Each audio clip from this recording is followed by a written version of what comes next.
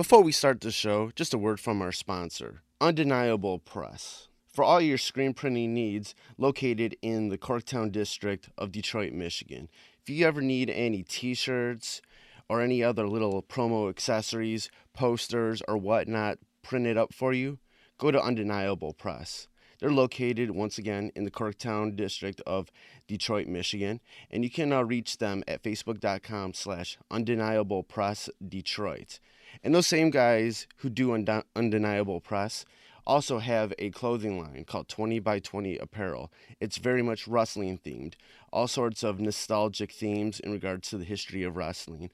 And you can go check out their clothing line at 20x20apparel.com. That's the number 20x, the number 20apparel.com. Now let's start the show. Fresh is the word.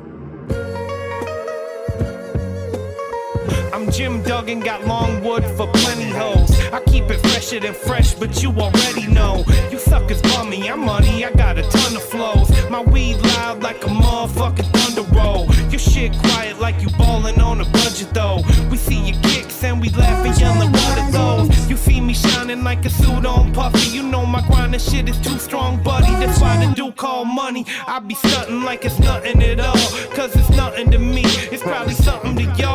Trying to smoke like me, then come and fuck with your dog. Got a closet full of kicks, you can't cop it them all. And I'm fresher than the freshest, you can tell it's in my essence. Bitch, you see the way I'm rapping, yes I do this shit to death. Until I'm running out of breath, or tell somebody cut a check. But either way you know it's fresh, and either way you know it's fresh. Fresh, we fresh. Fresh, fresh, fresh, goddammit, we fresh.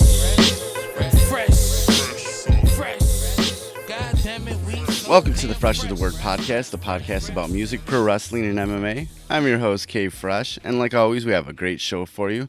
But before we get into that, let me remind you how you can support the podcast. You can always go to freshasthepodcast.com and just share any links that you see on there on any of your social medias. That would be cool. You can also click on the link that says support the podcast, and there's a link to donate to PayPal. And then there's also an Amazon link that anytime you want to make any purchases on Amazon, use that link and it'll shoot a little commission our way. It doesn't change anything on your end. You can also follow Fresh is the Word on Twitter and Instagram at Fresh is the Word 1. That's Fresh is the Word, then the number 1. And then also on Facebook at facebook.com/Fresh is the Podcast. We're also available on a slew of platforms: iTunes, Stitcher Radio, Mixcloud, SoundCloud, Google Play, and TuneIn. Just go to any of those places, search Fresh is the Word, and it should come up pretty easily. You can click the follow or subscribe button, whatever the lingo is on the website, and leave a comment, leave a 5-star rating, leave whatever you want, as long as it's good. It'll help out the podcast so much. Now on to our show. Sorry for the delay this week in putting out a podcast. Most of the week I wasn't feeling well. Felt like I was exercising devils out of my body. I think I need to go to sort of a vegetarian or vegan lifestyle because my body isn't handling a lot of the junk that I'm putting in it. I just need to eat healthier, but when you eat healthier outside of the whole, vegan, vegetarian lifestyle, it's so confusing for me. Those are kind of confusing, but it's real confusing, when you're checking carbs and checking blah blah blah. So I don't know what I'm gonna do, but I have to do something real quick because when food affects me, dude, it really affects me. And this past week been horrible. But then yesterday I also went to the Vans World Tour. I felt a lot better, dude. Warped Tour was awesome. It was that recharge of my creative batteries that I needed. It was inspiring. It was awesome. Did a lot of interviews, and I'm going to definitely have a Fresh is the Word podcast Warped Tour edition coming up. I don't know when. It's going to be very soon, because I definitely want to share these wonderful interviews that I did with from bands from all walks of life. It was like the variety was like crazy of the people that I talked to. I've got a great guest for you this week. His name is Sean Harmanis. He is the lead singer of the Australian-based deathcore band Make Them Suffer. They got a new album coming out on July 28th via Rise Records called Worlds Apart. And And they're also going on tour here in North America with Enterprise Earth and Spite. So it's going to be a really heavy tour. Super excited to see it here in Michigan real soon. So we get into, sort of like the history of the band, the history of their sound, how they've progressed over years, talk about some of the lineup changes. So let's get to the interview with Sean Harmanis from the band Make Them Suffer. Hey, what's up? Hey, man. Not much, dude. Yourself? I'm good, man. Kind of late over there, isn't it? Yeah, it's about 11:30 on a Friday night, but that's okay. I've actually got some friends over drinking, but I told them I was doing an interview, so they thought it was all cool, and it's no time limit or whatever, so it's all good. All right, great. Yeah, I was. Thanks for taking the time out to do this interview. Like when we first scheduled it, your publicist was like, let's do it 11:30 a.m. your time, and I'm like, wait a minute, that's at night on a Friday night, man. Are you sure? It's 12-hour difference. Yeah.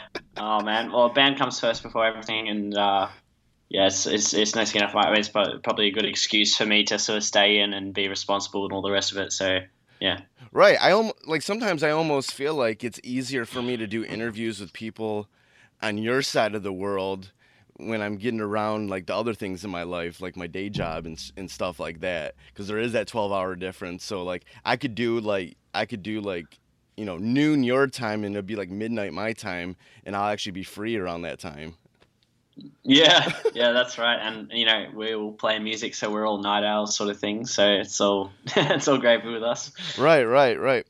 Okay, so right now the band, Make Them Suffer. You guys are closing in on 10 years now being a band. When you sort of look back to those early years of starting everything, what really sticks out in your mind about that time? Well, I suppose playing the local shows. I mean, they're some of my most vivid memories, I guess. Is playing local shows with my friend. Like before we even did our first Australian tour, being on the sort of west coast of Australia.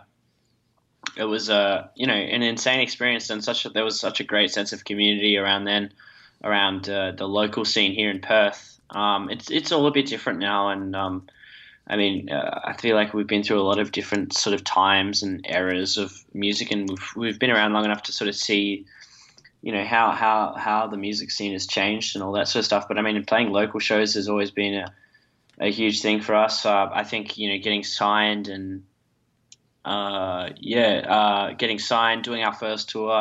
These are all sort of doing our first tour, doing our first international tour. These are all sort of,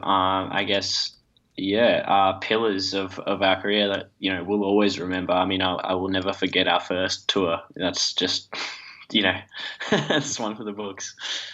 What was your first tour? It was our first tour was in Australia, and, we were such idiots back then. We just had no idea of how something like that would work. So, everyone was saying, you rent a van and you drive up and down the East Coast, and we were like, well, no, we looked into it, and a van's really expensive, didn't bother to do the math, and we just decided that it would be cheaper and easier if we just sort of took public transport to and from venues. And so we were catching all these Greyhounds and buses and trains and even ferries to these shows, just getting around in public transport. And it sort of ended for the worst. There were a bunch of shows that we couldn't even make because we were just like, look, we've literally run ourselves into the ground financially. All of us were calling up our parents and stuff and going, oh, please, we were like 19 at the time, and just going, oh, please, look, we're so broke. Just can we have some money to, get to some of these shows? And we did miss out on a lot of them, but, it was an experience. I remember getting into, it wasn't Mackay. It was, one of these shows, and we sort of rocked up after doing like a 14-hour bus trip, and then having to cart our gear from the bus port. It was like a solid 45-minute walk into town, carrying our gear in a shopping trolley with drunk people all around us yelling Metallica's in town, and just yelling stupid shit like that. So it was It was pretty funny, man. And when you look back, and then these days, it's it's all so organized, and you're like, oh yeah, what's the rider? You're worried about like how much you're getting given by the sort of touring company or the venue or whatever. If they've provided you with sufficient snacks and chips and meals and stuff like that, and it's like, really, when you look back at it, dude, we could be living out of a shopping trolley. So, Right. it's pretty crazy, pretty crazy. When you sort of look back to those early years, how did you guys sort of fit into the local scene? Were you guys different than the other bands that were around at that time? I mean, when you're a local band, it's a different sort of thing. So, we were a deathcore band with keys, and that was our point of difference. And they'd go, oh wow, that's so different, at the time. And then music evolves, and the local scene evolves, and people get smarter and wiser, and they go, that's not so different anymore. I mean, I've heard Abigail Williams, I've heard Winds of Plague and stuff like that, and I guess that's kind of like part of what pushed us to seek something and seek a point of difference that was beyond that, I suppose. But I mean, like we were I guess I'm not trying to sound sort of cocky or whatever, but from the get-go, like we opened a show with that was our current guitarist's EP launch. He was the headliner in a band called Arturo Chaos, and they had their EP coming out, and we opened, and everyone turned up for us and sort of left after that. And I think from that point it was like, okay, this is a sign that maybe this might be a thing, this band. I mean, it was such a positive feedback after that show. And so from that point, I think we all decided to start taking it seriously. I think Nick was like, Nick, the person who played in Arturo, the guitarist, he was, all on board, and, he personally selected us going, this is a sick band and we should definitely want to put them on the bill and everything. And it all just sort of came from there. I mean, I don't think we would still be going if we'd had, a run of, super negative feedback. I mean, we've almost always been looking for an excuse to throw in the towel in some regard. I mean, sometimes I think, geez, life would be easier if you were just like, I don't know, a plumber or something like that. But here we are, many years later, and we're still doing it. So, yeah. Why do you think you were, having those thoughts about, just kind of like throwing in the towel? I think like most, firstly, like the fact that it took us so long to like get off the ground, like particularly coming from Perth. I mean, we're on the west coast of Australia, and if you know the geography of Australia, it's the other side. Essentially, we're the most isolated capital city in the world. So, like, getting anywhere that meaningful and playing meaningful shows is a very tricky thing. And so, that's a huge aspect of it. Just feeling like we weren't making progress always is a big thing. And it's like, you're on a time limit. Are we growing fast enough versus, how quickly can I finish this degree? And, I did finish a degree, and, that's part of it. And I finished it, and I was like, well, look, if I use this, I can't really do the band anymore. So that became a difficult decision. And I think it's just always like that. I just think in life, you just always have to check yourself every 6 months, every year, and just go, where are you going? Is what you're pursuing moving at a fast enough rate? Because if not, I can do something faster, or maybe not. But, at the end of the day, like, this is what we all want to do. And it's all been sort of working out thus far, as slow as it has gone for us. I definitely think we're at a point now where, the sky's the limit. So we will continue to do so. What sort of degree did you get? I did graphic design and advertising, so it's pretty cool. It was only like a 3-year degree. Yeah. Word. Okay. Make Them Suffer has a new album coming out, Worlds Apart. What was the mind state of the band going into this album when you were trying to figure out what you wanted to do with it? Well, I think that Worlds Apart is exactly that. I mean, as the title suggests, previously, we had Never Bloom, which is our staple album. And I think that the song Never Bloom and other songs off that album will be like, and like for those people who have known us for that long, will be like anthems for those people that have been following us for that long. You know, a lot of the diehard fans really respect that era in our musical career, and you know, I'm all for that. You know, by all means. We put out Old Souls, which is my opinion, probably our weakest release, and you know, that's just my opinion. A lot of people like that release, and that's fine. But you know, with this album, we were sort of, I guess, it's worlds apart in the sense that it is really like tackling unknown territory. You know, in terms of, you know, we're playing a lot of stuff in like major scales and bringing these really pretty melodies, and at the same time, you know, even the heavier ones kind of have this otherworldly feel. It's a different vibe, and I think we all had a much clearer sort of direction of how we wanted to go about writing these songs as well. Like we knew what each other's role was in the studio.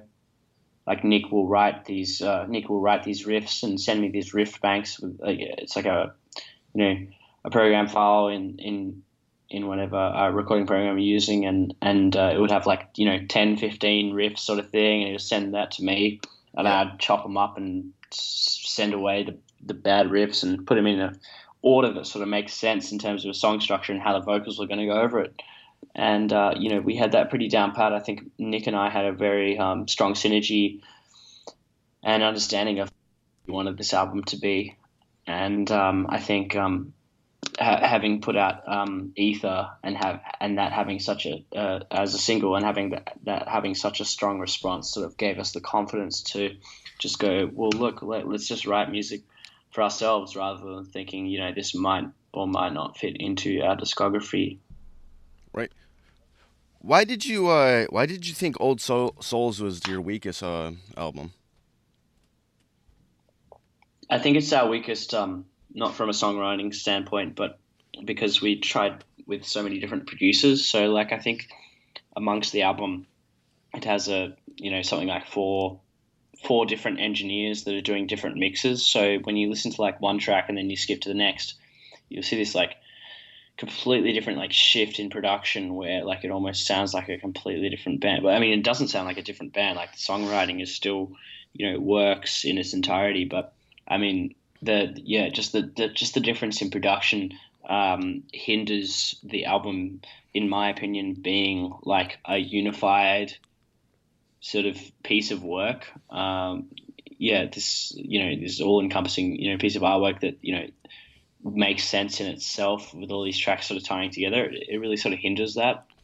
And that album was so important for us. I'd say, while it may not be like our best album, I definitely think it was our most important because it allowed for experimentation. Like through that, we learned what styles of production work for us. And from that, we said, I think the best, may not be the best song, but I think the best mix on the album is definitely Forrester's mix of the song Old Souls. And then from there we went, okay, cool. Well, let's use like Forrester for the next album. And that's exactly what we've done. So, we took an experiment and we used it to our advantage, I think, with this next album, and decided that, that was the best method and style of production to do. It also gave us like a bit of a vision of what we wanted to do with the next album, what things would sound good with that production, and used it to our advantage.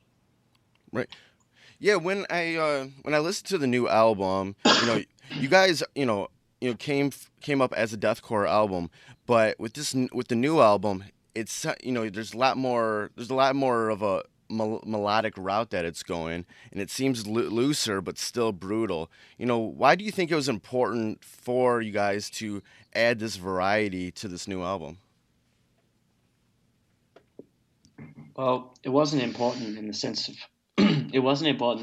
our career. It was important for ourselves. I mean, I don't really listen to a whole lot of super heavy stuff anymore. I mean, growing up, I never even really liked deathcore all that much. I grew up a death metal kid. My favorite bands are Nile, Behemoth, Decapitated, yeah. And then black metal. Dark Funeral, Belphegor, things like that. So, the album was, for us, I think it was so important to kind of do something that really pushed our limits and allowed us to experiment and do the music that, you know, first and foremost that we wanted to do. This album is a conglomeration or a creation of and a unified effort of like all our influences and what we listen to during the day-to-day week. And I think when you're playing in a genre such as metalcore or metal or deathcore or whatever it is, that is so saturated by people doing all the same thing, I think the most important thing you can do is try and, like, you know, breach that and come up with something that's original. Because I mean, at the end of the day, you know, you can put out the best metalcore song in the world, but I just think that, you know, first and foremost, it's not going to get noticed, and there's no integrity in that. You know, you may as well put out something that's going to be exciting and new and something that's different and is drawing from all these influences that people have never experienced in that spectrum before. That's why Def Heaven have done so well. That's why Code Orange are doing so well. You know, Yeah. It's stuff like that. You know, you're redefining the wheel, and I'm not meant to say that we're doing that, but that's the goal. Definitely. Yeah, before on the two previous albums, you guys were with Roadrunner Records. Now you're with Rise Records. Why was the change? No. So we're with Roadrunner Records in Australia. Yeah. And then we're with Rise Records for everywhere outside of Australia. So we were independent for everywhere out of Australia. So we're still with Roadrunner, and they've been great for us, and that's been a positive thing. We'd never toured really all that much internationally, and so that was just the next step, I guess, for us, was to, you know, sign with an international label. And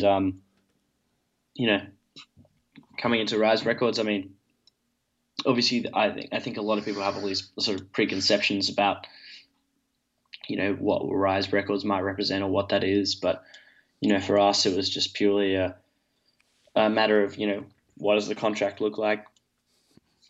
Are these guys going to serve us in our best interests? You know, are they going to work for us? You know, I think it's a positive relationship, and I'm super stoked to be with Rise. I mean, I don't think that, you know, they haven't given us the slightest bit of criticism when it comes to, you know, we don't like this new direction or we do like this new direction. They've absolutely, you know, let us do our own thing, and that's how that relationship should be with a label and with any label, and that's how it is. I mean, we're writing the music that we want to write, and that comes first and foremost, you know. Right. Yeah, you guys have some killer tours coming up. You're with Enterprise Earth and Spite here in North America. Then you can go back home to Australia, then to Europe. You know, what do you have in store for the tour coming up? The US tour? Yeah. I mean, Enterprise Earth and Spite are both very heavy kind of bands, so, you know, we're hoping to bring that as well. You know, this would be our third US tour. The first two, both of those tours, we only had a half-hour set list, so we only really got an opportunity to play, half an hour's worth of songs, and both of those were sort of like more leaning towards the metalcore side of the spectrum in terms of the bands we were touring with. So we played a lot of the newer stuff and things like that. This tour, yes, it is our album tour, and we are going to play like a number of tracks off the new album. We're also going to be playing a lot of older stuff, a lot of our heavier, older stuff, and really diving into our, I guess, back catalogue and discography, and playing some of the more, crushing heavy metal songs that would really work with that tour package with Enterprise Earth and Spite. I mean, both those bands are so heavy, and, you know, we don't want to be, you know, the last thing we want to be is the least heaviest band on the tour. So we're gonna try and bring the heavies to that tour for sure. Right. Somewhat recently, there has been member changes in the band, and I'm always having this conversation with bands that go through this. It happens, life happens, things change. What caused the changes in the band, and is there any sort of new creative energy in the band right now?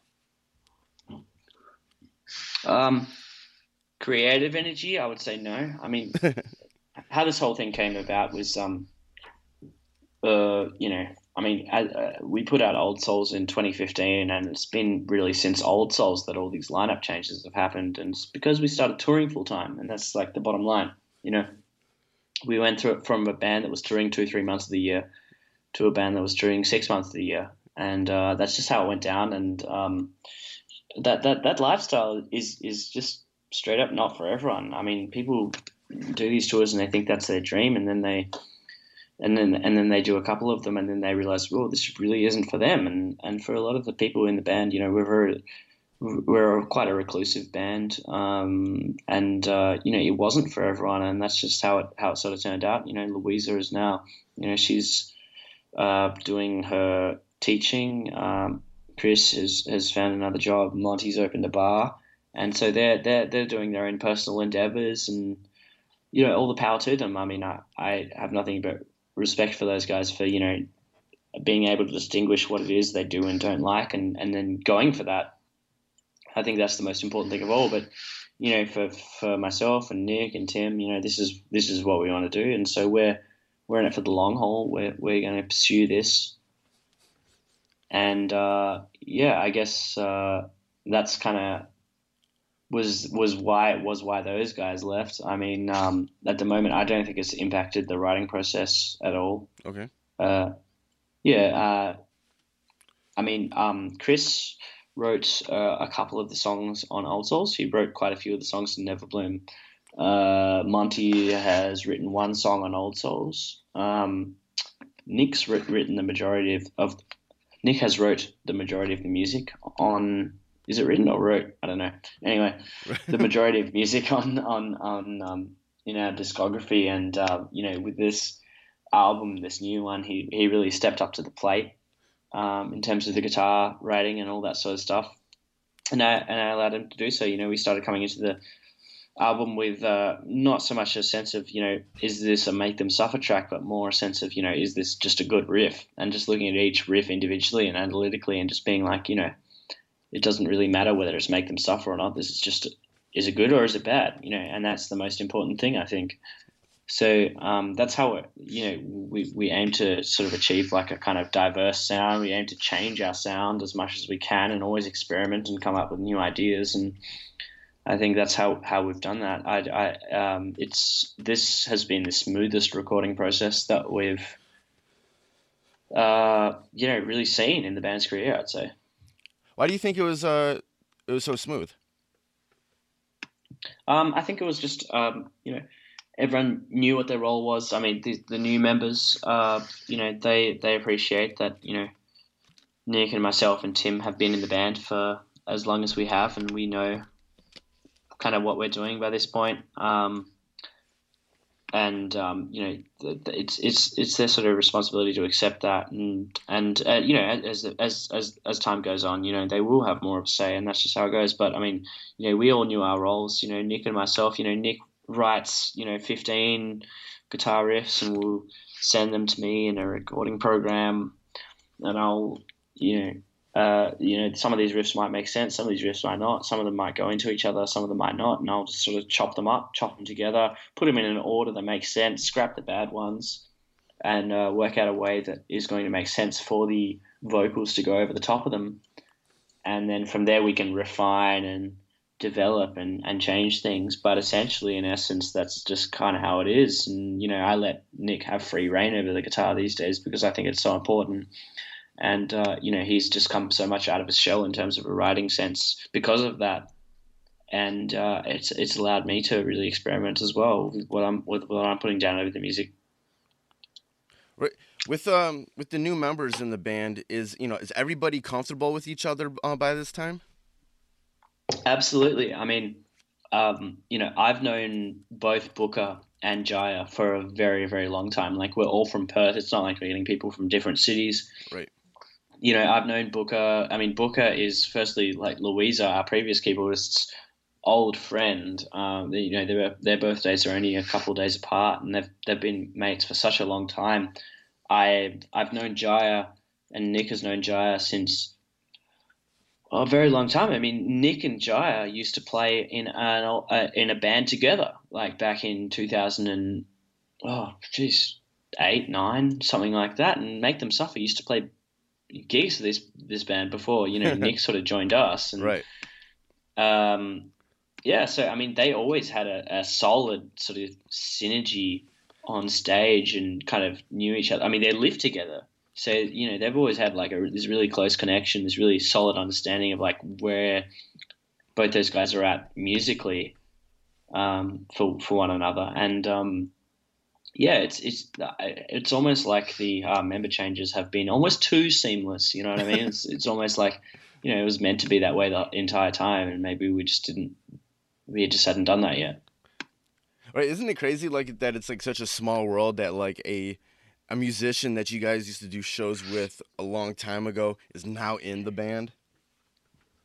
Well, it is a small world, and things like that happen quite a lot of the time. But I mean, that's how you sort of build up your resume in the music scene. They played shows together, and Nick vouched for him, and that's just kind of how it was. I'd always known Jaya as a really sort of stand-up dude, someone that I always got on with, and on tour he's such a good energy, and I think there's definitely that aspect to it. But I mean, I think that it was always sort of meant to be that way in a sense. Right. What I really love about Make Them Suffer is that you have that dynamic where you have you're on the unclean vocals, then you had Louisa on the sung vocals and on the keys, and then where you had that male female sort of dynamic in the vocals. And now that you transitioned from Louisa to Buka, why was it important to sort of keep that dynamic, true to this band, even in transitioning personnel members, like going from Louisa to Buka? I mean, it's funny you ask that, because I mean, when we were first starting out, it was actually Chris, our previous bassist and very close friend of mine, who was initially like, yeah, we should definitely get a female keyboardist because it might open so many doors for us in the future. And I was like, well, listen, I just want someone that's going to play really well. That's the most important thing for me. And I guess that's my logistical brain sort of kicking in that sense. But I think that at this point, when we've put out tracks with a female singing, I mean, firstly, it'd be weird if we didn't play those tracks, and secondly, it'd be weird if we played those tracks and with this female singing on a backing track. But thirdly, I think having a female that does clean singing in the band just like opens so many doors. I mean, we've all heard like metalcore bands with a really girly sounding like male clean singer, or all these sort of like niches and cliches that fall within the genre. And I think that to a certain extent, having a female in the band could be considered a gimmick to some people. But I see it as blessing, because it's not just it's not like we're doing like an Evanescence thing. Like with this album, we're actually really pushing the envelope in like what we can do with that, and it's like still super heavy music. And like I think to be able to incorporate female vocals in creative ways in like a super heavy metal sort of spectrum is something that's really original. It hasn't been done before. So like just even having that dynamic opens so many doors in terms of what we can do and what would still be considered original. Right. Yeah. No. I really dig it, man. It's like that was one of the things that really sort of drew me to to your band. I love that dynamic. Yeah. Oh, thank you, man. I appreciate it. As the, like one of the veterans of the band, one of the people that have been there since the beginning, at this point, what is your role in the band? Outside of just the songwriting and stuff like that. What is your role in the band? Well, I suppose, I mean, I've actually talked about this with Nick a couple of times, and we, have come to this sort of consensus or agreement that I guess, you could consider me to be, a vocalist, frontman, and all that sort of stuff, lyricist, and also, I guess, like a art director, if that makes sense to any people. I don't know how many people like know what that term might sort of hint at. But I guess my role would be like, what is the artwork going to be for the album? What is the concept going to be? What imagery is sort of stemmed from this album? What does it mean? What do the tracks mean? What is the ethos? I guess the ethos and the pathos of the band and what it represents. I guess that would be sort of my main role. Right. Going back to your schooling and what you got a degree in, how does that sort of influence like the overall look and product of this band? Well, it doesn't really. I mean, I don't know. I don't know if it does subconsciously or if it just doesn't straight up. But I don't know if I would consider myself. I mean, I don't know if I'm really putting my degree to work here. But maybe in terms of an aesthetic, in terms of like this merch looks good, or I think if there's one thing that definitely benefited it, it might be I don't know if people. I don't know if people find our branding to be, unified and all inclusive, like a strong branding or not. But I definitely take steps to ensure that it's as smooth as it can be with the skills that I have.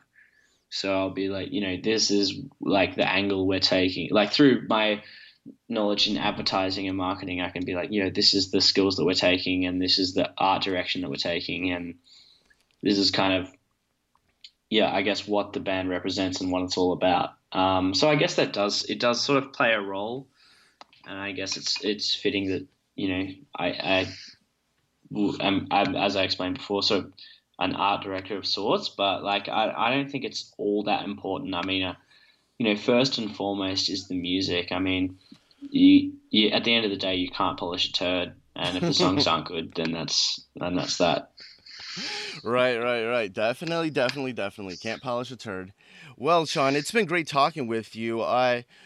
If anybody wants more information on Make Them Suffer, where can they go online?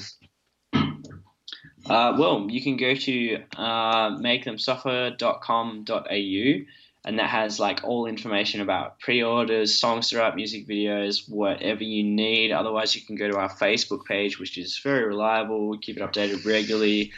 Same as the Instagram, and we are on Twitter. So just search Make Them Suffer wherever your heart's desire, and we will be there somewhere in the realms of the internet. Awesome. Been good to talk with you, and I'm definitely going to come to the show when you get to Michigan. Awesome. Thank you, Kelly, man. Cheers. Hope to see you there. Come say hi. Oh, definitely. All right, man. You have a good day, and go drink some beer with your mates. Cheers, man. Have a good one, dude. All right, later. All right, that's my interview with Sean Harmanis from the band Make Them Suffer. Go ahead and cop that album, Worlds Apart, when it comes out on July 28th on Rise Records. It's really good. I've already listened to it. It's really dope. And now let's get to the Fresh of the Word discussion portion of the show. And like always, I'm joined with my co-host, Detroit hip-hop artist, pro wrestling and MMA connoisseur, and proud Marine, Vstylez. What up, though? What up, though? We can also add boxing to that as well. Oh. Okay, boxing connoisseur. All right. What's good, Kelly? You all right, man? Shoot. Yeah, man, I'm good. Back still of a thing, My stomach's been kind of weird this week.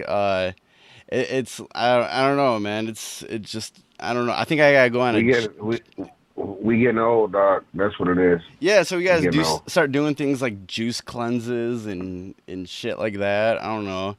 I juice a lot, but I try to staying active is the key, and putting more natural shit in your body is also the key. Eat from the earth. Yeah. Instead of. And see, that's what I was thinking about. Like this past week, I was listening to Jamie Josta's podcast. He's the lead singer of Hatebreed, and he had Doyle from the Misfits, and then his girlfriend, who's her name's Alyssa, and she's the lead singer to this metal band Arch Enemy, and they're both vegan. and they were like going into like detail about, you know, what they eat and everything. And by the end of that podcast, man, I was like seriously considering. I'm like, I might need to try out this vegan thing, you know, or something, man. Oh yeah, indeed. Get away from these meats. Because my stomach You is know. like anytime I've been like lately, anytime I've been having a burger or something, like I've been paying for it afterwards, and Yeah. like anything that Stomach goes. turning upside down. Yeah, man, I might need to like actually consider this vegan thing. And then I'm like, I started thinking about like foods that I like, and I'm like, there's a few things I'm like, oh, I don't know if I can give that up. But then I don't know, I might. Yeah. But Yeah. See, but here's the thing.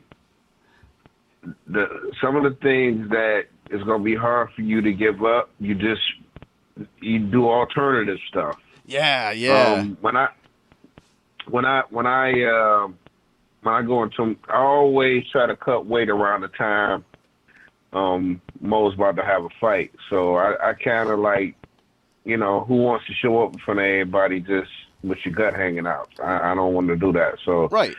you know, I make sure that I put a lot of fruits, a lot of water-based fruits like watermelon. Yeah, I said watermelon first. Don't stereotype.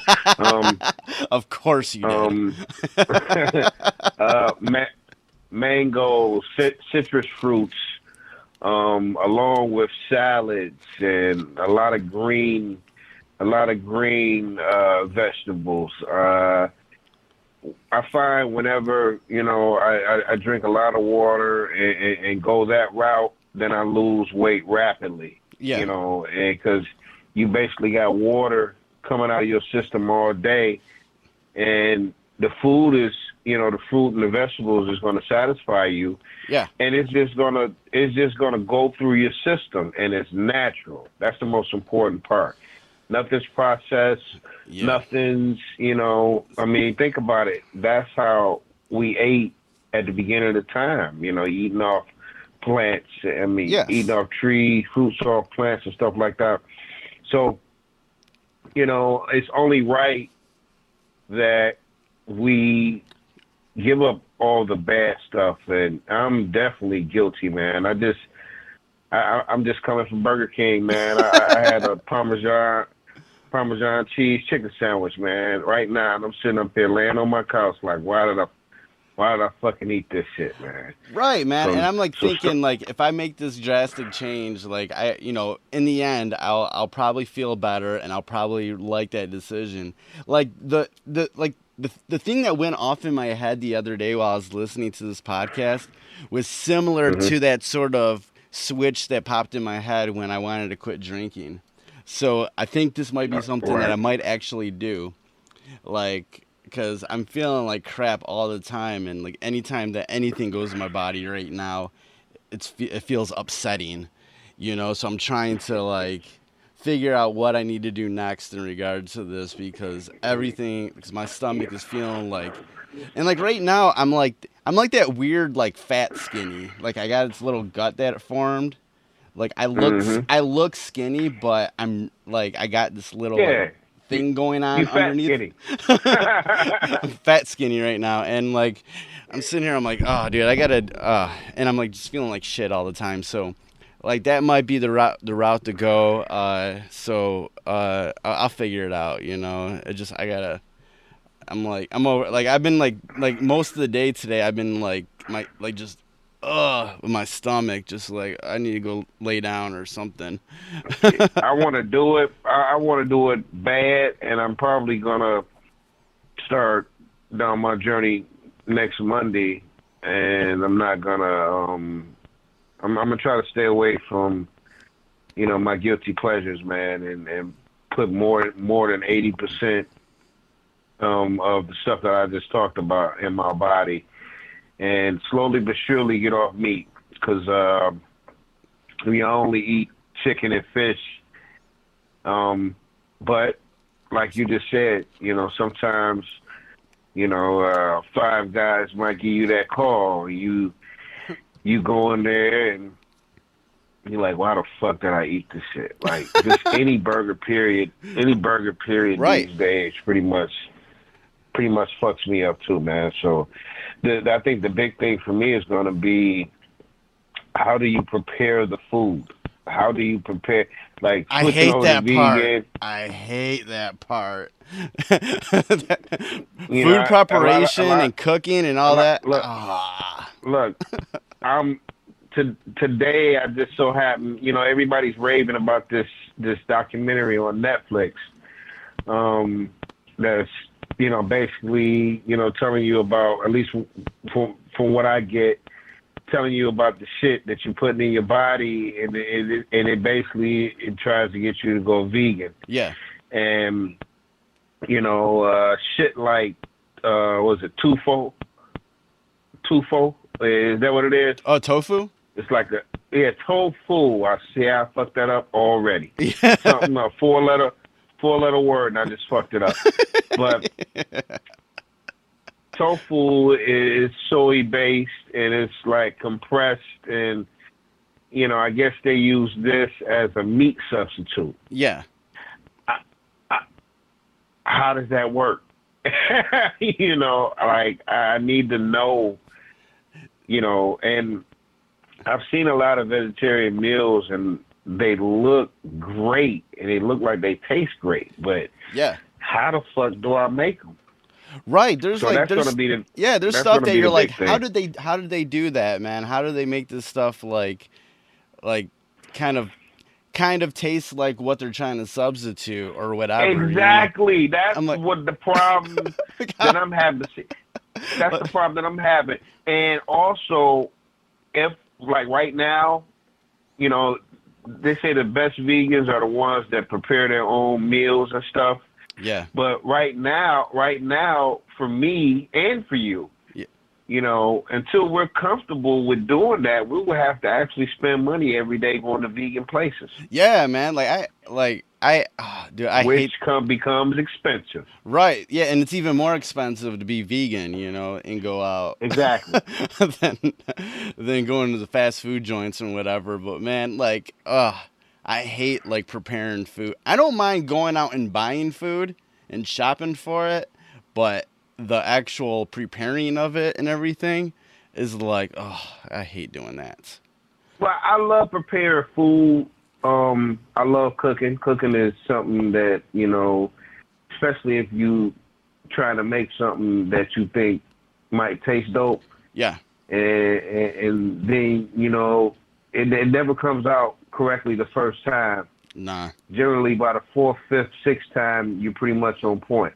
I want to get to the point to where when I'm preparing my vegetarian food, my shit is on point. Because I think once you learn how to do what you need to do, then that's when it becomes less expensive. Because you're basically paying people to put the shit together, and they know that you don't know how to do this shit, so right. they're gonna charge you. Right. But if you learn how to do that shit, you take that extra $3-4 service charge, because that's what it's really all about. We go prepare your food, but guess what? You go pay for it. You gonna be healthy too, but you gonna pay for it. Right. You ever go to that vegan restaurant in Royal Oak in season? Nope. Never. The closest to a vegan restaurant I've been to was Whole Foods. Right. There's in season's always busy, dude. It's always packed in there. You always got to wait in line to get a table. But and I haven't been in years. I can't even remember the last time I was there. But there was this time, because a friend of mine used to be or not used to be, but he is vegan. But I haven't seen him in a while. But I used to go there with him. And there was this time, and they only had it for a select amount of time, where they had this vegan chocolate brownie that was the best thing that I've ever tasted in my life. It was so bomb, dude. It was amazing. It was right. It was sexy tasting. That's how it was, man. It was. Ooh. I was like, dude. See, and that's the beauty of it, when you don't even care that it's vegan because it tastes so dope. It tastes so good, but then they never brought it back. Every time I go there, I'm like, oh man, they don't have that, man. It was so good though, man. But Yeah, something clicked in my head. I want to do something different because I don't know if I can do like, do you know like the like the non-vegetarian, non-vegan eating healthy, that sort of thing. I don't know if I can do that. That shit's too confusing for me. That's really confusing for me. I don't know how to do that. Confusing. I will be cool. I will be cool with just having one vegan dinner because I know how to adjust from breakfast is pretty simple. Yeah. Lunch is pretty simple, but the main meal, I have to change my main meal. If I could change I could adjust to, fruits and vegetables very quick, but I have to adjust. I have to be able to adjust to, my main course on a daily basis. Definitely, vegan wise, but, ain't nothing to it but to do it. Right, and for those that can dance, to clap your hands to it. Mm-hmm. And my friend that I used to hang out with, who's vegan, it's funny. He didn't even do it for the health reasons. He did it for the humanitarian reasons. But he knew like everything that was vegan, like the back of his hand, and he could order what would be considered vegan at pretty much any place we went to. It didn't have to be a vegan spot. We could go anywhere and he could figure out what he could have, and it was crazy. Right. He knew everything like the back of his hand, and what was like like even what beers he could have that was considered vegan, in the realms of like alcohol. Those type people scare me. Right. Like he knew it all, man. So he could go anywhere and like know how to get, put in an order that was still vegan. Yeah, that's dope. See, that's what you want to do when it becomes second nature. Yeah. I can't do none of that shit now. Like I said, I just learned about tofu today. Yeah, I'll try to do my research and see if I can. Let's go to that restaurant maybe next week. You were just talking about. I want to roll up. Oh yeah, definitely. We definitely should. Because I remember when I went there, I'd always get like the spaghetti that they had, and it would have vegan cheese on the top, and that shit was bomb. Mm-hmm. Yeah. Yeah. That was bomb. That will be live. Turning our attention to some other crazy news. Did you hear about this thing?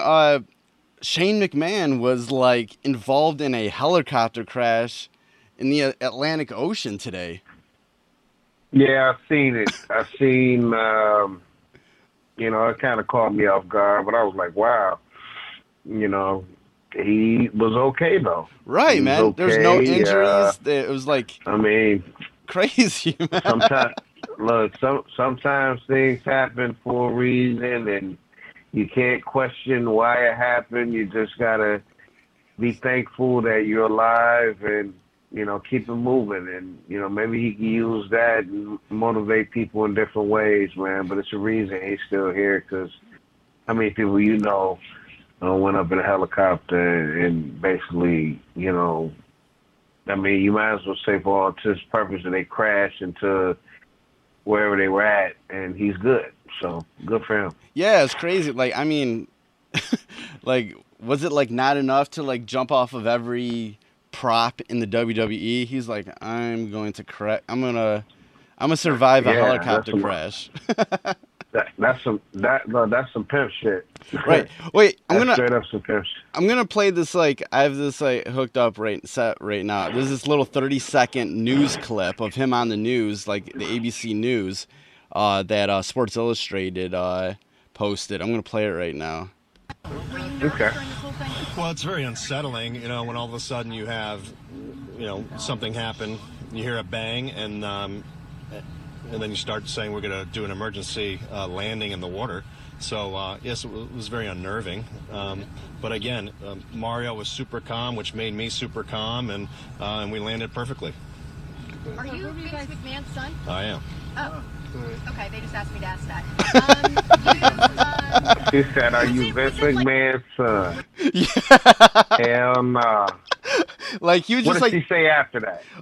they cut it off. Like, she said that. Oh, I was told to ask that.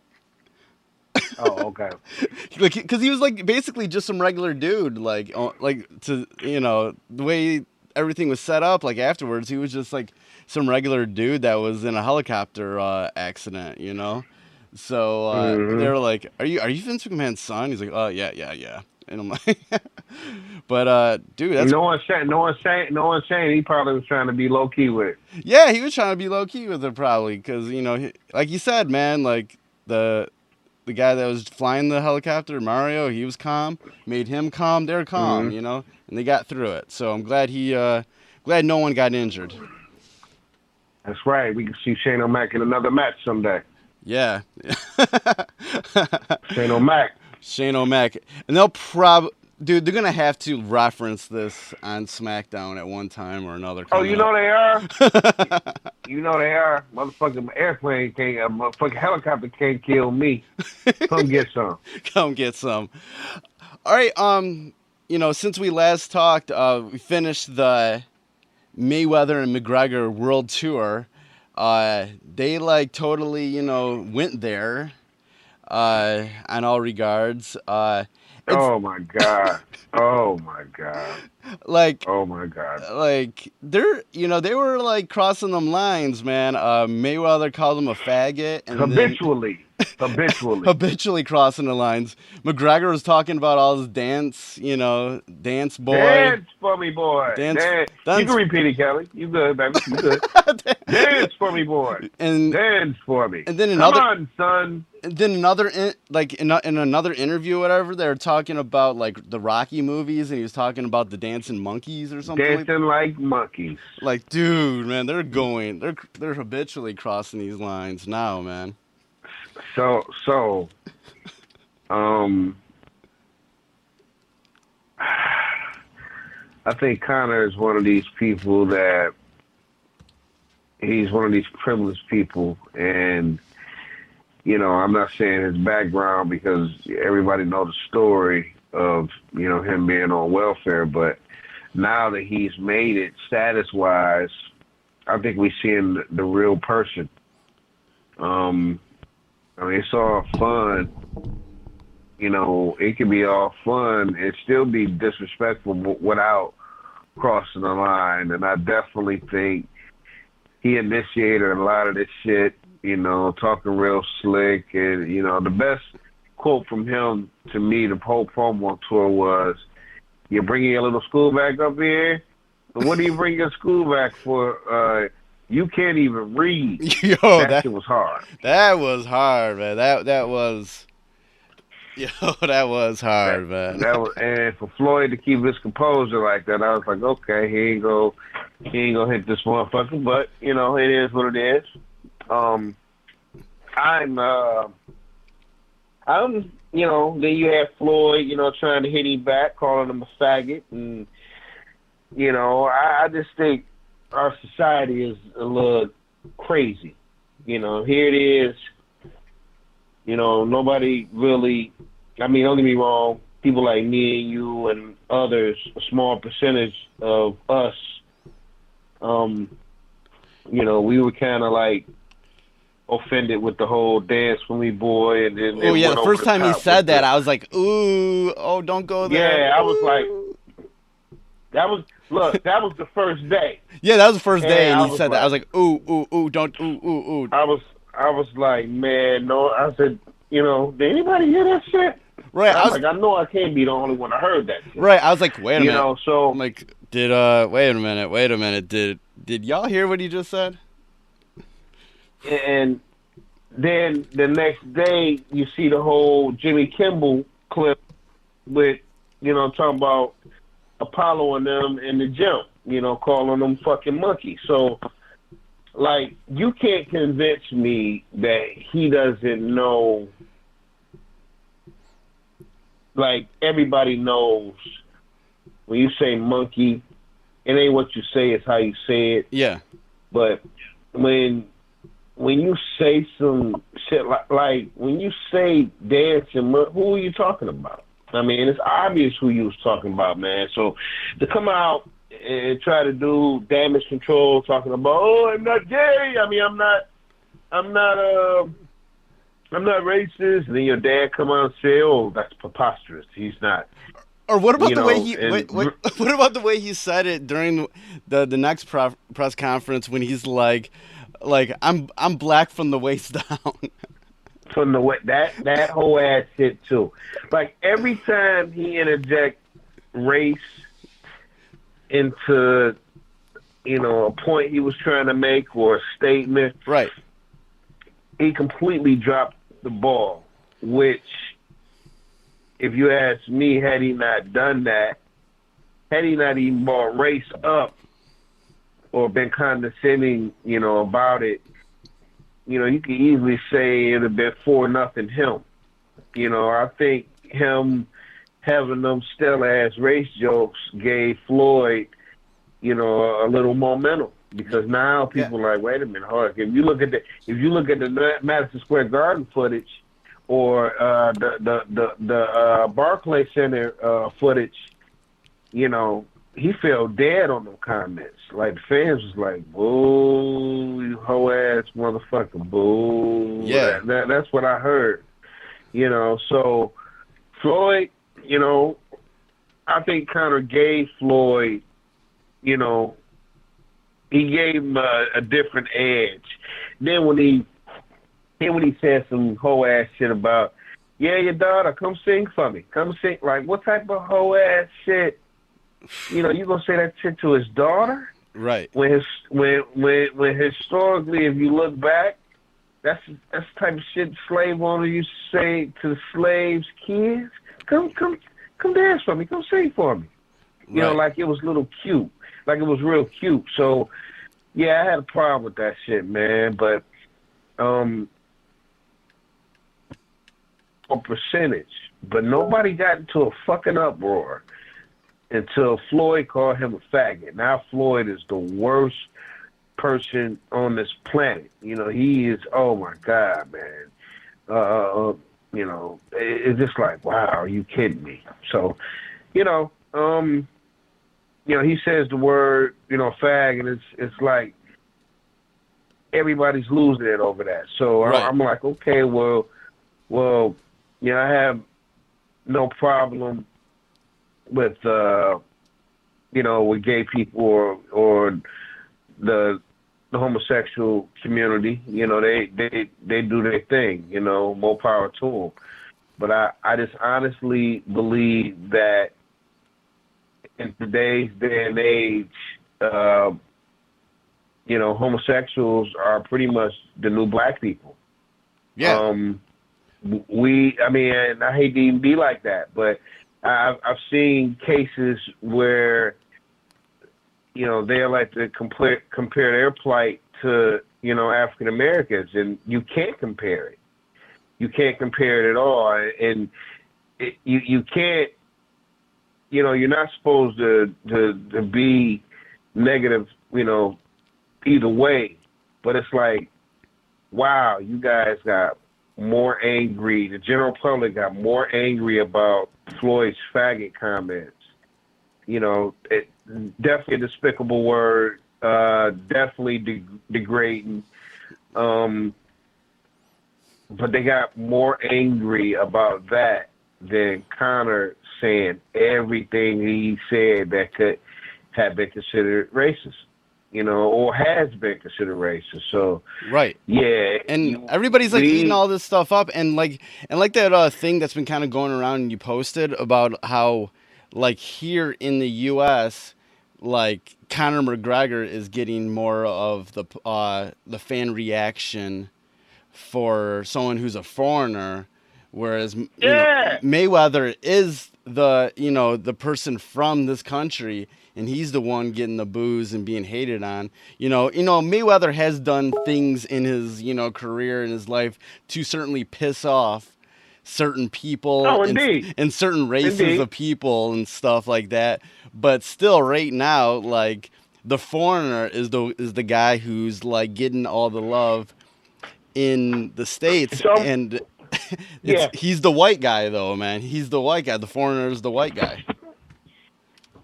It's just for me. I mean, I'm not. I should be surprised, but I'm not surprised. Right. We live in a different ass world, and it's just really sad. Really sad. Yeah. Fuck it. Man, What are we gonna do though? What are we gonna do? we still got 5 more weeks of this. Oh my God. Yeah. But they definitely just sort of just crossed all the lines habitually during that thing. But it's like, I think a lot of people were like, McGregor was gonna smoke Mayweather in like the promo game, in the words gang and everything. But Mayweather kept his cool pretty much, and pretty much stuck with him, and with all those like sort of racist jabs that McGregor was doing, it really sort of evened the playing field and everything, and gave Mayweather some openings on these promos. It's one word I don't want to hear for the next 5 weeks. Yeah.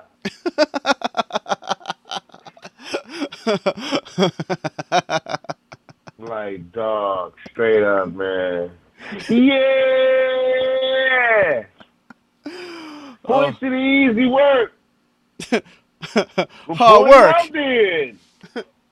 Hard work. Dedication. Yeah, I mean, he didn't do nothing that, I didn't expect.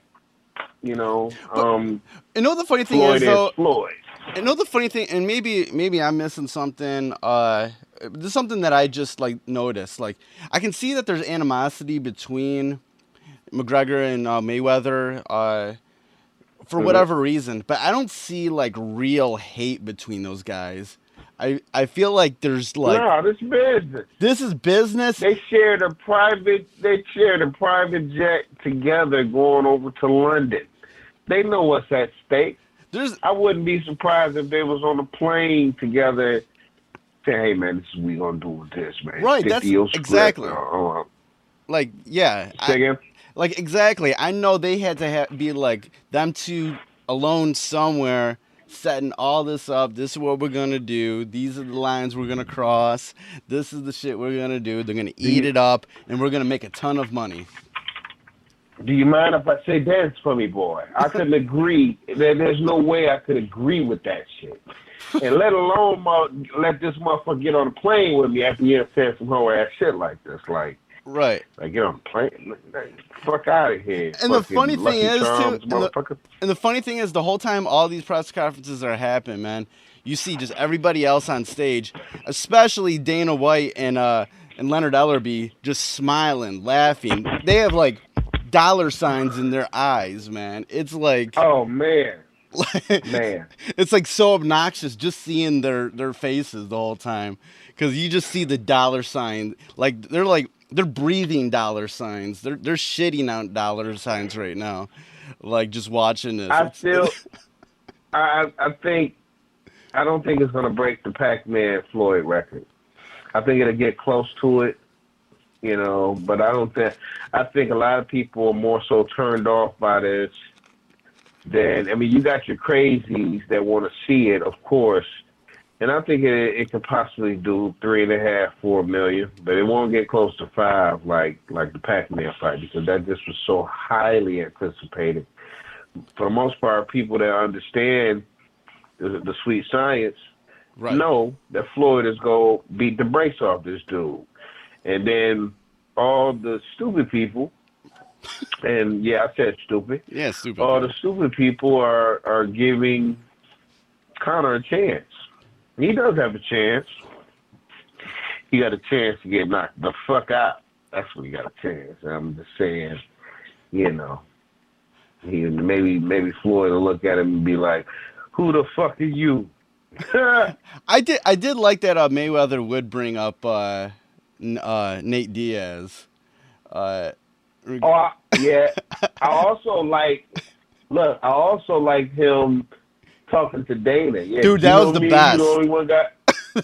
Me and you the only one got. It's like he wouldn't even acknowledge Conor. He had to be like, yeah, because you've done a wonderful job with the UFC, and I would like to apologize. Hey, because you making money, I'm making money. You got one of your bitches up here. You gonna make money off him. Let's give it up for Dana White, y'all.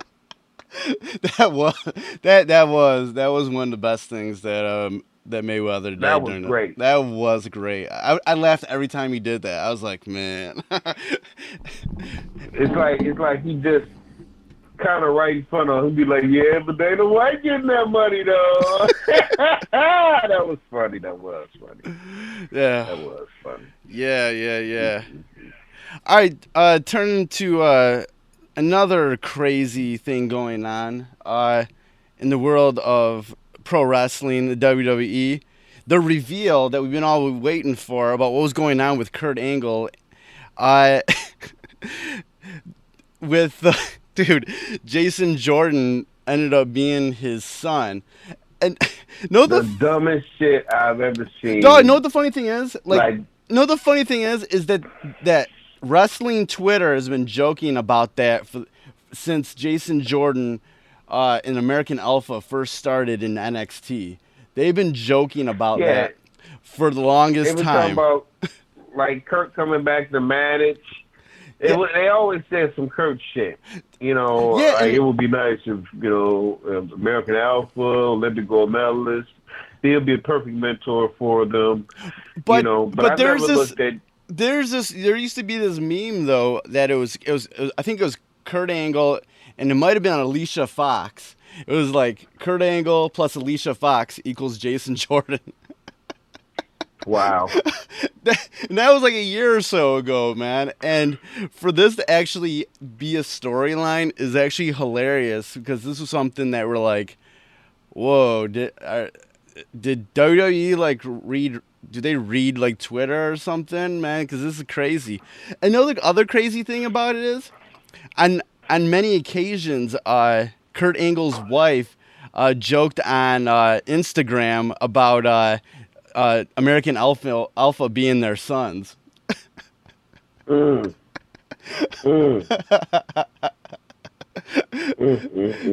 I'm wondering where they're gonna go with this, but and from what I hear, it's gonna be a lengthy storyline. They're gonna. So what? So is Chad Gable gonna stay over at SmackDown, or is he gonna go to Raw?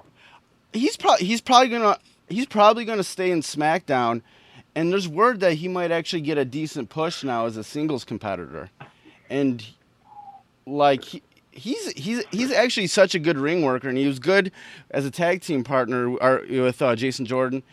That this could be something actually really super cool. Like the other week, he had that singles match with AJ Styles, and that was pretty dope. Yeah, I've seen that. So I've seen that. Yeah, so we'll see. Like it's wrestling in its total absurdity. But I'm interested to where it goes with all of this. It's something that you're like, all right. And what's next? What's next? What more absurdity are you gonna go with this? So I'm fine with it. This is wrestling. It's like. How absurd can we go? Do we make Chad Gable his son? Nah, we make the black dude from American Alpha his son. That'd be more absurd. Funny. It just made better sense for Chad Gable. I don't. But that's the thing. Wow. But that's the thing. You think about the thing that makes total sense, and then you think about the thing that makes worse sense, and you choose the one that makes worse sense because that's wrestling absurdity. So I understand why they would go with Jason Jordan over Chad Gable for this, because that's just more absurd. Yeah, I feel you on that. It is more absurd. I'm fine with it. I'm fine with it. It's fun. I'm fine with it. Let's see how this plays out. Yeah, I'm fine with it. Let's see how it plays out. It might be fun, We'll see. And the thing was, they after Raw they had that interview with Renee Young about it, and And dude, they were playing it off so well that I forgot that this is kayfabe, man. I was like, Right. I thought I'm like, dude, wait a minute, he might be. Is he really his son? I'm like, is this real or not? So they played it off. They played it off well enough to where, like, I'm like, this might be real. Yeah, they did do a good job playing it off. Yeah, this might be real, man. All right, I'm locked in. I'm locked in. All right, I'm locked in. Right. All right, turning into some crazy shit going on in the world of MMA. This past weekend at Bellator, dude, did you see that fucking gash on the head of Brandon Girtz in his fight against Derek Campos, man? Did you see that shit? Saw it, loved it, and he still wanted to bang. Dude, yeah, he was like... He still...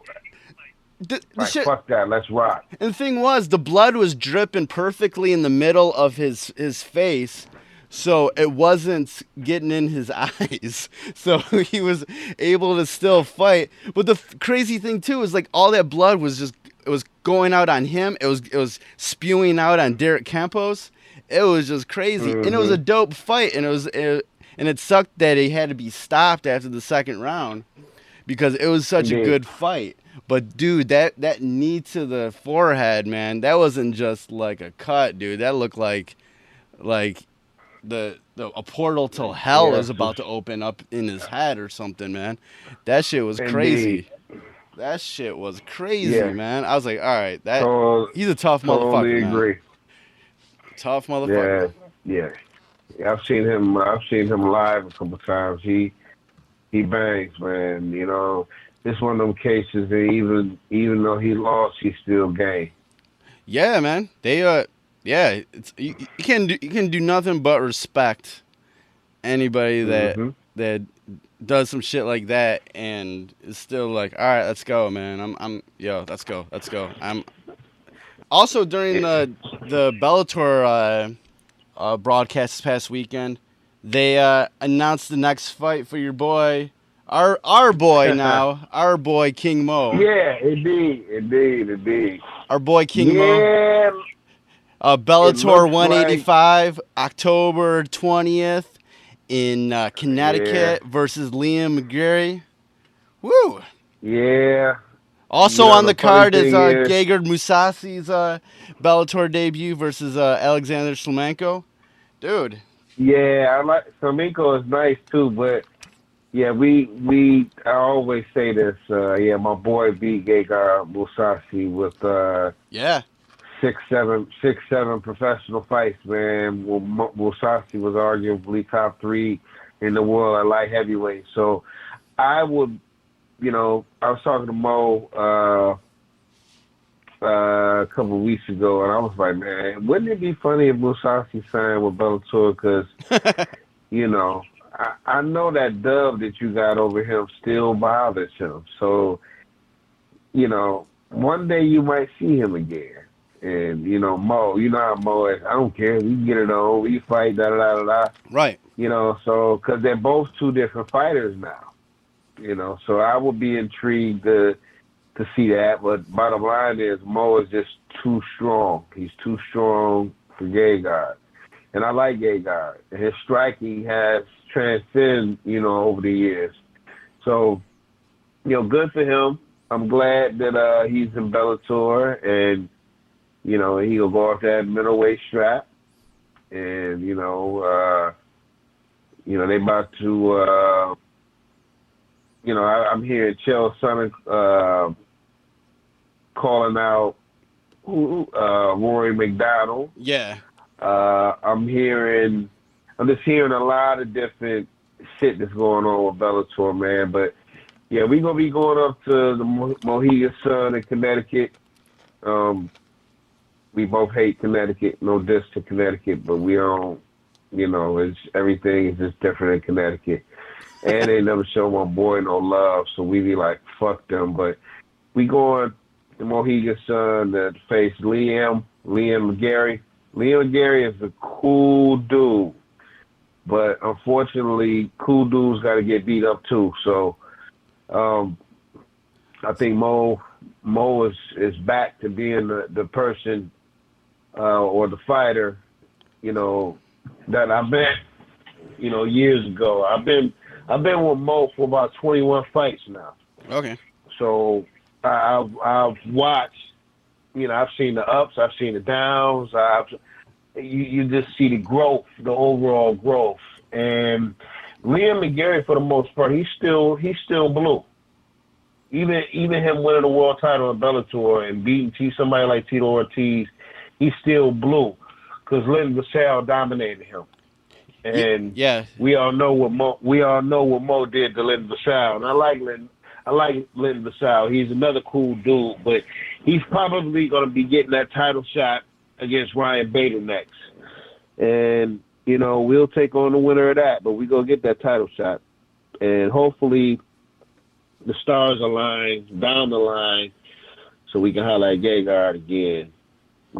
This time, like I told him before, I'm like, dog, notice your percentage of wins when I'm there versus when I'm not there.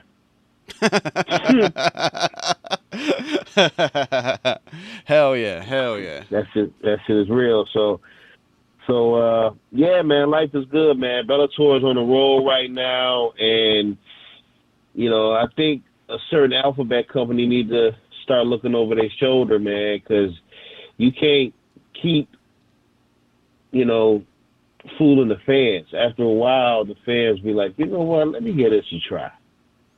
I'm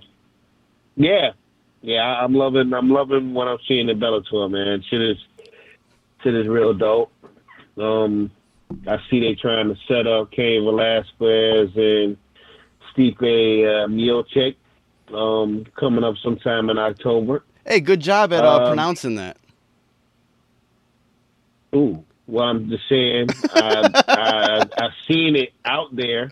I don't know, but I also heard he's injured, so who knows? Hell, I could be wrong. But, right. Yeah. Good job at pronouncing Stipe's name. Exactly. Oh, yeah, I said his name right, didn't I? Yeah. Couple of weeks ago, I was butchering that shit.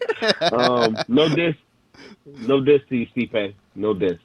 But I personally want to see my boy Dareem get another shot at him. It would be nice if Dareem got another shot and get that belt that he's never had, was the UFC belt, and I think that would be a career for him. So yeah, man, gotta love the MMA world. Gotta love the MMA world, man. Yeah, this weekend in the UFC, UFC Fight Night on Weidman on the main Fox, Chris Weidman on the grown-up Fox network, on the main Fox network. This main weekend. Fox. Yeah, you got you got Chris Weidman against Kevin Gastelum. Yeah, Gastelum. Yeah. That's gonna be a hard. I can't. That's a pick'em fight. Yeah. To me, that's a pick'em fight. I think both of them are studs. If I had to choose one right now, I might go with Kevin, and that's because the momentum on Chris Weidman. When you get knocked out, every time I see Chris Weidman get hurt, it's like he's trying to escape that moment. He has the deer in headlights look in his eyes, like he knows it's gonna be his demise. Right. Damn, I just rhymed and I wasn't even trying. See, that's what you do. He always has this look in his eyes when he see his demise. That's some bars. God damn it. I'm sorry. Bars. It's like, yeah. I mean, yeah, Chris Weidman's on a bit of a losing streak right now, and it's like if he loses this fight, I feel like he needs to take a little bit of a break for a while and reassess some things, man, because he's just been coming back and back and back, on these fights, and for what one reason or another, it's like it's not working out for him, you know. So he almost needs to like have that sort of I think reset. I think he needs to win impressively, though. I don't think he should just he can go in there and win on points. I think he needs to win in the same fashion he knocked out what was my man's name where he hit him. It was like he looked like he was throwing a punch and he threw an elbow. The Filipino what is it, Filipino machine? What was his name? Let's see here. All of Weidman's wins have been against Belfort, Machida, Silva, Mark Munoz, Maya. Mark Munoz, that's who it was. Mark Munoz, okay. The Filipino ranking machine. It was Mark Munoz, man. Chris Weidman looked like he was about to throw a right hand, and he didn't throw the right hand. It's like he slipped it and threw the elbow, and it hit him dead square. Yeah, you just hate to see a fighter like that, you know, because I always said Chris Weidman was special, but, you know, getting punched in the mouth and getting hit in the head will change how you think as a fighter. It's like he's not loose anymore. It's like he's thinking instead of just doing it. You know, when a fighter is just doing it, not thinking, that's when they're on that level. You know, to me, it looked like Chris be trying not to make a mistake, and that's how he gets caught up. So, I think Kevin Gastelum, you know, might have his number. We'll definitely see, though. We'll definitely see on Saturday. Yeah, definitely. And they've also, it looks like they announced that for the next Ultimate Fighter, Eddie Alvarez and Justin Gaethje is going to be the coaches for the women's flyweight that they're going to bring out in the UFC. And actually, from what I hear now, the fight between Alvarez and Gaethje that'll eventually happen might be at the Detroit card in December. Really? Yeah, like that's a rumor right now. Nothing's solidified, but that's like the rumor around the MMA water cooler. I would like to see and this guy lately has, I be up and down on this dude. I want to rock with him because just on the simple fact that he's from Michigan. But Kevin Lee is, I read something today where he said he was going to give Conor a pass on his racism. That is so not Detroit. Oh, dude. So what? not. Okay, we keep on having this discussion. Like, he will say some shit, and we'll be like, oh, what are you saying? And then he'll say some next shit that we're like, okay, you're cool now. But then he says some other shit. He'll take 2 steps forward, and then he'll take 4 steps backwards every fucking time.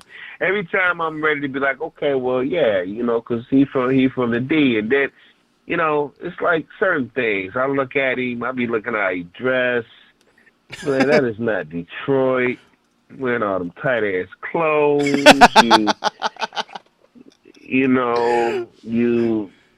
It's like, dog, that's not who we are, man. And then, you look up a little history and it's like, okay, you call yourself the Motown Phenom, but, you was born in Grand Rapids. You say, yeah, you was raised in Detroit, but yet you went to Southfield High School. Like, it's just a lot of shit. I got a lot of questions, man. I got questions, because you claim Detroit, but I don't see the Detroit shit in you, and nobody calls themselves anything Motown. No, that's not. We don't sell yet as Motown. Who the fuck? No, that's not what we do. We don't. Yeah, man, we're a special breed, man. The one thing I don't like is when I feel like somebody is using Detroit because it makes them, like, when you out of town and you tell a person you from Detroit, they be like, oh, you know. Yeah. I get questions all the time. It's like I get the I'm sorry for you questions. Is it really like that? Oh yeah, it's fucking worse. That's what I tell them. You know, Right. do they really murder? I seen something, you know, in the news, and did they really murder? Does murders go out like? Does that happen all the time? Oh man, that's one of 20 that day. Did you only heard about that one? It was 20 other ones that I mean, and I may be exaggerating, but it's Right. the truth. You know, so when you use Detroit, they automatically think, yeah, tough guy, or he's a bad motherfucker, man. But nobody says, yeah, I'm from Motown. Yeah, I'm from Motown. You know, me and Gov got a record called Mr. Motown, but it's a record. You know, I don't think no dude on the planet be like, yeah, I'm Mr. Motown. Peanut. No. And again, I want to like Kevin Lee. I don't want to diss him or nothing like that, man. But, you know, he's supposed to holler at me about this pie. I ain't forgot, man. I ain't forgot, Kevin. You think you better than me. We need to get him on the podcast and grill him about some shit. He think he better than us, Kelly. That's what he think. He think he better than us. Right. He out there hanging out in Las Vegas and shit. But the reason I brought him up is you were talking about the Detroit card. It would be dope. I'm pretty sure he's going to be on that card. Just, you know, is this where he claims? It would be dope to see him and Tony Ferguson go at it. Yeah, let's do it. Let's get it, man. Let's get it on, man. Shoot, let's go. You know, the whole time, and I'm gonna do my best, Bruce. And the winner is Kevin, the Motown Phenom Lee. Hey, that's pretty good. Yeah, there you go.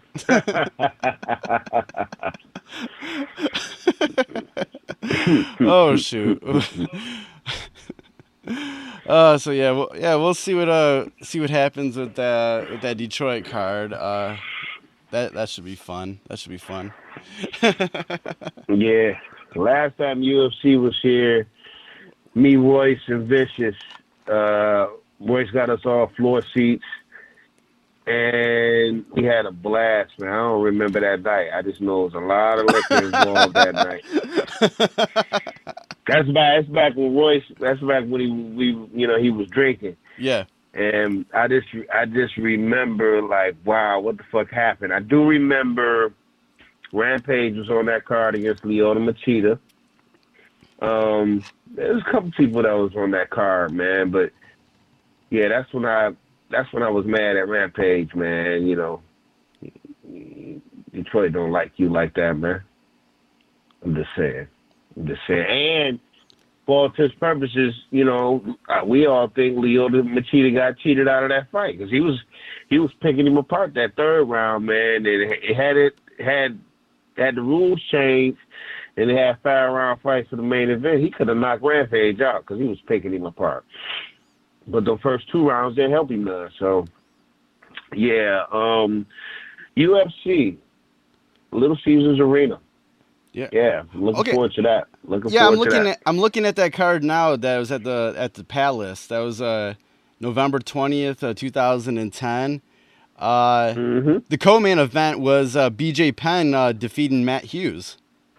Oh yeah, I forgot about that. BJ knocked his ass out. Yeah. Yeah, BJ knocked him. I forgot BJ was on that card. Damn. Okay, yeah, that was dope. Super dope. Who else was on that card? Phil Davis defeated Tim Boetsch. Yep, and he used his submission. Yeah. George, I'm going to butcher this last name, Statiropoulos. Oh yeah, I know what you're talking about. He defeated Joe Lozon. Makil Fakwa defeated Gerald Harris, and that was the main card. Mark Munoz was on that card on the preliminary. He defeated Aaron Simpson. And there was also Brian Foster defeated Matt Brown. We was drinking around that time. I missed a lot of that shit. Oh shit! Like let me see here. Edson Barboza was on the early prelims on there. Damn, I missed all that shit. Yeah, the BJ Penn got the knockout of the night. Okay, this is okay. I remember that. This back then, the bonus awards where they had the fight of the night. That's when the Lozon and George fight. They got fight of the night. The knockout of the night was BJ Penn, and the submission of the night was Phil Davis, and they all got $80,000. Damn. Them good old days. before punk ass Reebok. And and I'm looking at this too. So I'm looking at the wiki for this, and it looks like Brian Foster actually replaced Rory McDonald against Matt Brown in that fight for that night. Did Matt Brown win? No, he lost. Wow. Yeah, I don't even, man, that's 7 years ago. We're going on 7 years ago. Crazy. Crazy, man. Crazy. Crazy. All right. All right, that's about it for this week's Fresh is the Word. Vstylez, tell them where they can find you online. Hit your man up on Twitter at /VSTYLEZ. Same thing with Facebook. And Instagram at the VSTYLEZ. And my artist page on Facebook is Official Vstylez. You'll see a blue check by O. Ellis Vstylez. Hit me up, man. I love to chop it up with my people. Be respectful, keep it clean, and I won't get in. All right. Thanks for listening. Goodbye and good night. Peace. Fresh is the word.